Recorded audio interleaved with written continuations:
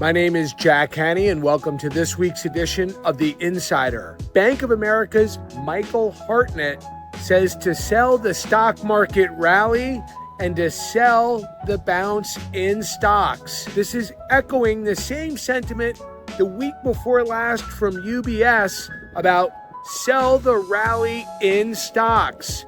Keep in mind, Trump's tariff trade wars, the effects will not be felt until next quarter. Next quarter's earnings, those will be revised downward.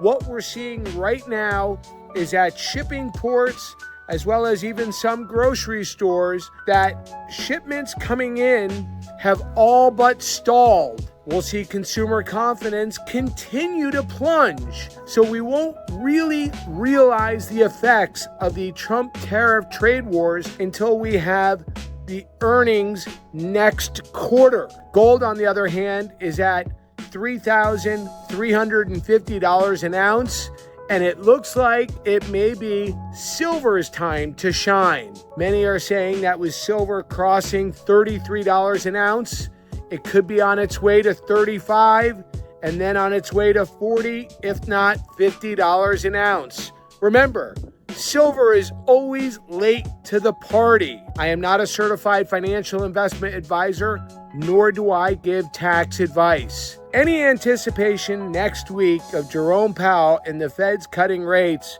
I think there's a very, very slim possibility of that happening. But what everyone is going to be looking for are Jerome Powell's statements and any hint at the next Fed meeting, if they'll become more accommodative. They may say something along the lines that the high interest rates are restrictive in the housing market, and that they're looking at inflation easing and being more accommodative in June. If that were to be the case, we should see a rally in physical gold and silver. Please visit us at www.patriotgoldgroup.com or call 1-888-301-7012. Again, that's www.patriotgoldgroup.com or call 1-888-301-7012. Remember, Goldman Sachs revised their forecast to $4,000 an ounce in 2026